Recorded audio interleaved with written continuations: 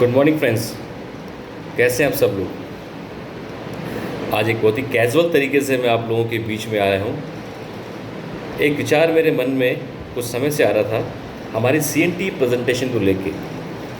हम में से वो सभी लोग जिनको बिज़नेस में थोड़ा समय हो जाता है वो अपने प्रोस्पेक्ट तक अपने बिज़नेस को पहुँचाने के लिए CNT प्रेजेंटेशन का सहारा लेते हैं और स्वयं से CNT करना शुरू कर देते हैं। स्वयं से CNT करना एक बहुत अच्छी बात है, निशानी है आपके इस बिज़नेस के अंदर इंडिपेंडेंट होने की। लेकिन पिछले कुछ समय से जब से हम लॉकडाउन के अंदर आए हैं, CNT प्रेजेंटेशन को कैसे किया जाए, कितनी देर तक किया जाए और क्या बोला जाए, ये तमाम तीनों चीज़ें जो हैं ये सभी लोग अपने तरीके से अलग अलग तरीके से कर रहे हैं, जिसको जैसा बेहतर लगता है और उसमें गलत कुछ भी नहीं है। लेकिन अगर आप गौर से देखें तो लॉकडाउन से पूर्व की जो स्थिति थी उस वक्त जब हम CNT प्रेजेंटेशन किया करते थे तो हमारा पूरा का पूरा कंट्रोल होता था हमारे गेस्ट के ऊपर। हम उसे 1 घंटे तक प्रेजेंटेशन दें, 1.5 घंटे तक प्रेजेंटेशन दें या 2 घंटे तक प्रेजेंटेशन दें, ये पूरी तरीके से हमारी इच्छा पे आधारित होता था।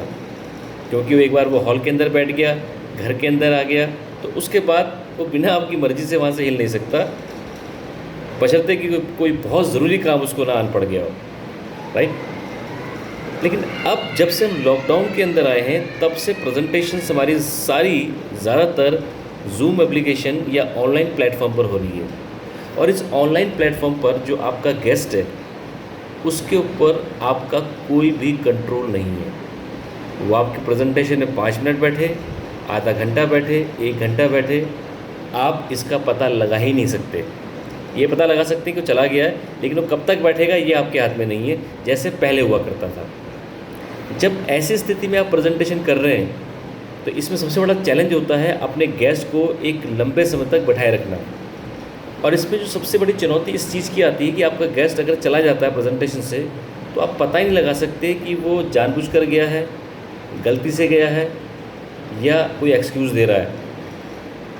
क्योंकि अगर आपने उससे कुछ पूछा कि आप प्रेजेंटेशन से क्यों चले गए थे तो उसके पास एक एक्सक्यूज़ है, वो बोल सकता है कि मेरा नेट काम नहीं कर रहा था, और आप मेकआउट ही नहीं कर सकते कि वो सच कह रहा है झूठ कह रहा है, राइट। तो हमें करना क्या है, हमें अपनी प्रेजेंटेशन को इतना शॉर्ट रखना है, इतना टू द पॉइंट रखना है ताकि हम उसे कम से कम समय में एंड कर सकें।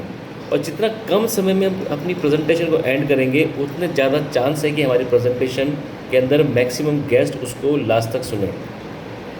अगर हम प्रेजेंटेशन को 1 घंटा, 1.5 घंटा, 2 घंटा की कर रहे हैं तो हो सकता है कि आपकी प्रेजेंटेशन को एंड तक आपके डिस्ट्रीब्यूटर्स देख रहे हो सकता है आपके गेस्ट ना के बराबर हो। क्योंकि अपने गेस्ट की कंसंट्रेशन को इतनी देर तक बनाए रखना ये वाकई में एक बहुत बड़ा चैलेंज है, ये आसान काम नहीं है। क्योंकि वो आपके सामने नहीं है, वो किस स्थिति में प्रेजेंटेशन देख रहा है, कितना डिस्ट्रैक्शन उसके आसपास में है जिसके चलते वो कभी भी प्रेजेंटेशन से आउट हो सकता है, इसका अंदाज़ा आप नहीं लगा सकते, या ऐसा कंट्रोल आपके हाथ में नहीं है। तो हमें करना क्या है, मेरा मानना ये है व्यक्तिगत तौर पे कि आधे घंटे से ज़्यादा का समय हमें अपनी प्रेजेंटेशन को एंड करने में नहीं लगाना चाहिए। हो सकता है कुछ लोग मेरी इस बात से इत्तेफाक ना रखें, उनके अपने अनुभव हो, फेयर इनफ, उसमें कोई दिक्कत नहीं है। लेकिन क्योंकि आधे घंटे के अंदर भी आप ये नहीं कर सकते कि गेस्ट आधे घंटे बैठेगा नहीं बैठेगा, लेकिन कम से कम हम जितना शॉर्ट कर सकें उतना बेहतर रहेगा। जब हम छोटी प्रेजेंटेशन करेंगे तो चांसेस बहुत ज़्यादा है कि आपका जो गेस्ट है, आपका जो इन्वाइटी है वो पूरी प्रेजेंटेशन तक बैठा रहे, राइट। अब जहाँ तक बात रही कि हमें क्या बताना चाहिए, क्या बोलना चाहिए, अगर मैं उसके ऊपर अभी आऊँ तो उसको डिस्कस करते हैं। देखिए, जब भी आप प्रेजेंटेशन करें तो आपका एम ये नहीं होना चाहिए कि उसको आप सारी बातें समझा दें, क्योंकि ये संभव ही नहीं है कि आप हमारे बिज़नेस प्रेजेंटेशन की सारी बातें उसको 1 घंटे में या 1.5 घंटे में, 2 घंटे में समझा दें। अगर किसी को ऐसा लगता है तो वो बहुत बड़ी गलतफहमी में है। कोई अगर ये सोचता है कि मैं 2 घंटे तक बोलता रहूँ तो समझ जाएगा, लेकिन सिर्फ उस 2 घंटे के लिए। जैसे ही 2 घंटे से वो ऊपर उठेगा, यानी कि उस प्रेजेंटेशन से बाहर जाएगा, थोड़े समय से भूल जाएगा। क्यों? जानते से कारण क्या है? जो चीज़ किसी के अनुभव में नहीं होती है उसको समझने में समय लगता है। उदाहरण के लिए LOP को जितनी बार हम समझाते हैं नए लोगों को, उतनी बार उनको बिल्कुल सही समझ में आ जाती है। और इनमें वो लोग भी हैं जो मैथमेटिक्स के बहुत बड़े प्रखंड ज्ञाता हैं और बहुत अच्छे से उनको समझ में आ जाती है। लेकिन कब तक? जब तक उस कॉपी पे एलओबी को समझाया जा रहा होता है। जैसे ही कुछ समय बीतता है वो भूल जाते हैं क्या बताया गया है। लेकिन जिस दिन उनके पास एलओबी की इनकम आती है उस दिन उन्हें एलओबी अच्छे से समझ में आ जाती है। क्यों? क्योंकि पहले वो थियोरेटिकली समझ रहे थे और जितनी देर समझ रहे थे उतनी देर उनके दिमाग में रह रही थी। लेकिन जब उस चीज़ को उन्होंने अनुभव कर लिया, उसको अपने एक्सपीरियंस में लेकर आ गए, तो वो उनके जहन में बैठ गई। तो मेरा यहाँ पे कहने का मतलब ये है कि प्रेजेंटेशन में सब कुछ समझाने का प्रयास ना करें, वो संभव नहीं है पहली बार में। तो क्या समझाना है? आपको अपनी प्रेजेंटेशन में वो बातें बतानी है जो गेस्ट के मतलब की हैं, जिनको गेस्ट अपने साथ प्रेजेंटेशन के बाद लेकर चला जाए और जिन बातों को सोचकर उसे वेस्टीज के बिज़नेस को ज्वाइन करने के लिए मजबूर होना पड़े। मैं कई बार देखता हूँ कि लोग प्रेजेंटेशन स्टार्ट करते हैं और वेस्टीज तक आने में 15 मिनट, 20 मिनट, 25 मिनट लगा देते हैं, इतनी भूमिका बनाते हैं। हो सकता है पहले जब आप करते हो तो ये तरीका ठीक हो, लेकिन अब मेरे हिसाब से तरीका ठीक नहीं है। 15, 20, 25 मिनट अगर आप वेस्टीज में आने में लगा देंगे तो उसके बाद कितनी देर आपका गेस्ट बैठेगा कुछ उसका अता पता नहीं है, कोई ठिकाना नहीं है। तो जितनी जल्दी हो सके हम वेस्टीज के ऊपर आएँ और आने के बाद क्या क्या बातें कवर करनी है आइए उस पर बात करते हैं। देखिए, मेरा मानना ये है कि हमें 3 चीज़ों के ऊपर बात करनी चाहिए और ये 3 चीज़ें ऐसी हैं जो कोई भी गेस्ट अपने साथ लेके जा सकता है। सबसे पहला CNT buildup slide. CNT buildup slide कौन सी है? CNT बिल्डअप स्लाइड वो स्लाइड है जिस स्लाइड के अंदर आप बताते हैं कि हमारे शरीर के अंदर 63 खरब कोशिकाएँ हैं और अगर हमारी कोशिकाएँ हेल्दी रहती हैं तो हम हेल्दी रहते हैं। हमारी कोशिकाओं को पोषण नहीं मिलता है तो हमारी कोशिकाएँ वीक हो जाती हैं, हमारे कमज़ोर पड़ जाती हैं, जिसके चलते हमारा इम्यून सिस्टम भी डाउन हो जाता है और उसी के चलते हम अलग अलग तरह की बीमारियों का शिकार होने की संभावना हमें बनती है। और पहले समय पे जब हम पुराने ज़माने की बात करें 25-30 साल पहले, तो 25-30 साल पहले हमारा खान पान ठीक था, खेती भी ठीक थी। उसके चलते जो बड़ी बड़ी बीमारियां हैं, BP हो गया, शुगर हो गया, घुटनों का दर्द हो गया, ये बड़ी उम्र में जाकर होती थी और अब ये बीमारियां जो हैं कम उम्र के अंदर हो रही हैं। तो वो आदमी जो है वो रिलेट कर लेता है कि हाँ बिल्कुल सही बात है, ये आजकल ऐसा हो रहा है। तो इसके चलते होता क्या है कि आप हमारे प्रोडक्ट का बेस उनको बता देते हैं, ख़ासतौर पे हमारे सप्लीमेंट्स का।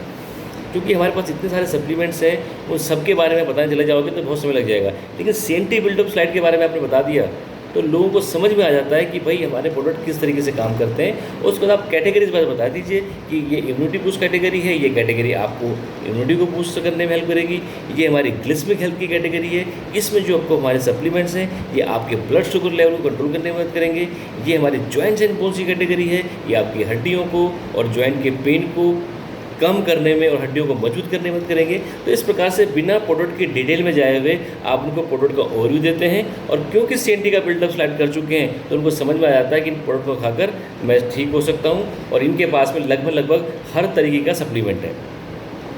पहली चीज़ यहाँ पर एक बात ध्यान रखनी है कि कॉर्पोरेट प्रोफाइल में अगर हम बोलने जाएँ, CNT से पहले हम कॉर्पोरेट प्रोफाइल करते हैं।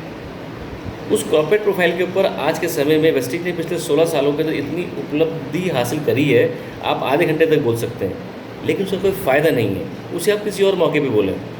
अभी आप जितनी जल्दी हो सके अपने कॉर्पोरेट के बारे में बताएं, बहुत ज़्यादा समय उसके अंदर ना लें, क्योंकि मैंने बताया कि आपको वही बातें बतानी है जो बातें उसके मतलब की हैं, जिनको साथ लेके जाएगा। दूसरी चीज़, CNT बिल्डअप स्लाइड के बाद में उसके बेनिफिट की बातें, यानी कि वो जब इस बिज़नेस का हिस्सा बने तो क्या उसको बेनिफिट मिल सकते हैं। जनाब, बेनिफिट तो बहुत सारे हैं, कई बेनिफिट तो ऐसे हैं जो बाद में जाके समझ में आते हैं, वो स्टार्टिंग में समझ में नहीं आते। तो फिर हम कौन से बेनिफिट बताएं? आप उन बेनिफिट्स की बात करें जो बेनिफिट सीधे उसको समझ में आने वाले हैं। वो बेनिफिट क्या है? सबसे पहली इनकम, हमारी जो इनकम है, सेविंग्स ऑन कंजम्पशन। ये इनकम किसे समझ में नहीं आएगी? किसे समझ में नहीं आएगी? हर किसी को समझ में आएगी, और वो भी तब जब आप व्यक्ति को बोल रहे हैं कि आपको यहाँ कुछ नहीं करना है, आपको सिर्फ अपना दुकानदार चेंज करना है। तो जब इतनी साधारण भाषा में और इतने सरल उदाहरणों के माध्यम से आप अपनी बात को रख रहे हैं, तो उसी से जुड़ी हुई जो इनकम है उसको आप अच्छे से बताएं, क्योंकि वो इनकम वो अपने साथ देके जा रहा है, वो इनकम से समझ में आ जाएगी। जैसे आप बोलते हैं कि आपको सेविंग ऑन कंजम्पशन, आप जब यहाँ पे प्रोडक्ट परचेज़ करते हैं तो उसके, और आप प्रिंटेड प्राइस में 20% का फ़र्क होता है। अगर आपने 100 रुपये का प्रोडक्ट MRP है तो आपको 20 रुपये मिल जाएगा, राइट। तो आपका बेनिफिट हुआ। अगर आप 10,000 रुपये का डिस्ट्रीब्यूटर प्राइस का प्रोडक्ट लेते हैं तो आपका 2,000 रुपये बच जाता है। तो ये बात उसको सीधे तौर पर समझ में आ जाती है, इसमें कोई ज़्यादा मैथमेटिक्स नहीं है। दूसरा, हमारा रीपर्चेज ऑफ़र। रीपर्चेज ऑफ़र भी लोगों को समझ में आ जाता है। जब आप बताते हैं कि आप दोबारा जब भी खरीदारी करने आएंगे 10% का डिस्काउंट मिलेगा आपको इस 20% के डिस्काउंट के अलावा, तो ये भी समझ में आ जाता है। और तीसरा, जब आप कंसिस्टेंसी के बारे में बताते हैं, वेस्टेज की कंसिस्टेंसी और बेस्ट की कंसिस्टेंसी, कि हर आपको चौथे महीने या 5वें महीने और 7वें महीने 2,000 का, 2,500 का या 3,500 का प्रोडक्ट पूरी तरीके से फ्री ऑफ कॉस्ट मिलता है, ये बात भी बड़े आराम से समझ में आ जाएगी। और क्योंकि आप उसको दुकानदार बदलने की बात कर रहे हैं तो उसको ये बात बहुत आसानी से समझ में आ जाती है। और तीसरी चीज़ जो आपको उसको समझानी है अपने प्रेजेंटेशन में, जिसमें जोर डालना है, वो है टेस्टिमनीज़। तो टेस्टिमनीज़ में आप क्या कर सकते हैं, जो भी आपके सीनियर लीडर्स हैं या आपके नेटवर्क के अपने लोग हैं जिनका भी पे आउट थोड़ा ठीक ठाक है, 25,000, 30,000, 40,000, 50,000, डिपेंड करता है कि आप किस लेवल पे आप काम कर रहे हैं। तो या 1 लाख, 2 लाख, जो भी अचीवमेंट आपके नेटवर्क के अंदर है, उसका आप एक विजुअल बनाइए, PPT बनाइए, प्रेजेंटेशन साथ उसको ऐड कर दीजिए, उसमें उनका हाईएस्ट पे आउट डाल दीजिए अपने लीडर का, कोई फॉरेन ट्रिप की पिक है तो वो डाल दीजिए, राइट। तो इस प्रकार से आप 5-7 लोगों के बारे में बहुत ब्रीफली बताकर कि भाई आप ही की तरह इन लोगों ने कभी स्टार्ट किया था, उसमें एक हाउस वाइफ रख दीजिए, एक आप थोड़ा रिटायर पर्सन रख दीजिए, अगर ऐसा आप संभव है आपके यहाँ पे, तो एक किसी यंग व्यक्ति को रख दीजिए, एक कोई गवर्नमेंट एम्प्लॉय रख दीजिए, एक कोई प्राइवेट एम्प्लॉय रख दीजिए। तो इस प्रकार से 5-7 लोगों को अगर आपने वहाँ पे विजुअल उनको दिखा दिया कि ये आप ही की तरह थे, कभी हाउसवाइफ थे, कभी गवर्नमेंट एम्प्लॉय रहे हैं और आज इतना पैसे आप कमा रहे हैं, तो वो ये जो 3 चीज़ें हैं, ये कोई प्रोस्पेक्ट आपके साथ अपने घर लेके जाएगा या अपने दिमाग में लेके जाएगा, और जब भी वो फैसला लेगा वेस्टेज करने का तो यही चीज़ उसको ध्यान में रहेंगी, बाकी बातें ध्यान में नहीं रहेंगी। Foreign trip, house fund, car fund, ये उनको एक सुपरफिशियल तरीके से समझ में आएगा कि अगर मैं इस बिज़नेस का हिस्सा बनता हूँ तो आगे चल के मुझे मिल जाएगा। ये कैसे मिलेगा, क्या मिलेगा, ये आप अगर वहाँ समझाने बैठेंगे तब भी समझ में नहीं आएगा, और बाद में ये तभी समझ में आता है जब हाउस फंड, कार फंड मिलना शुरू हो जाता है, राइट। तो मेरी समझ में जब आप अपनी प्रेजेंटेशन को इस तरीके से करेंगे तो आपकी प्रेजेंटेशन ठीक आधे घंटे में ख़त्म होगी। चांस रहेगा कि आपके जो गेस्ट हैं या आपकी टीम के जो गेस्ट हैं वो ज़्यादा लंबे समय तक या एंड तक आपकी प्रेजेंटेशन को देखें, और यही हमारा मकसद है। हमारा मकसद बिल्कुल नहीं है कि हम डिस्ट्रीब्यूटर्स के लिए सिर्फ CNT करें। अगर हमारे एंड तक गेस्ट बैठे हुए हैं तो आपकी ज्वाइनिंग का रेशियो बढ़ेगा, या आपको सेटिस्फेक्शन रहेगा कि मेरी बात को ज़्यादातर लोगों ने सुना है जो नए आज मेरी CNT प्रेजेंटेशन में आए थे, राइट।